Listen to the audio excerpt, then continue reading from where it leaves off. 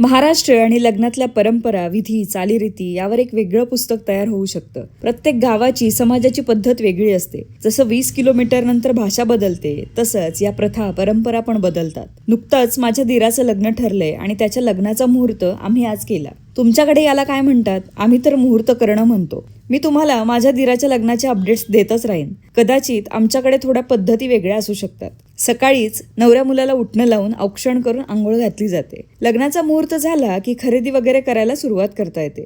सगळ्यांनी मिळून थोडं डेकोरेशन केलं. चौरंगावर गणपतीची सुपारी आणि विठ्ठलाची मूर्ती ठेवून आम्ही पूजा मांडली. त्यानंतर नवऱ्या मुलाकडून त्याची पूजा झाली. देवाला पण सुपारीचा विडा ठेवून मुख्य कार्यक्रम सुरू झाला. मुख्य कार्यक्रम म्हणजे वडे घालण्याचा कार्यक्रम. हे वडे शुभशकुनाचे मानले जातात. त्यानंतर थोडे नकुले केले, त्याची खीर केली जाते. थोडी हळद कुटून ठेवण्यात आली, थोडे पापड लाटले. ही हळद आणि हे नकुले देवब्राह्मणाच्या दिवशी वापरले जाणार असतात. आता देवब्राह्मण किंवा ग्रहयज्ञ म्हणजे काय ते नंतर सांगते. तोपर्यंत मला फॉलो करून ठेवा. Bye bye.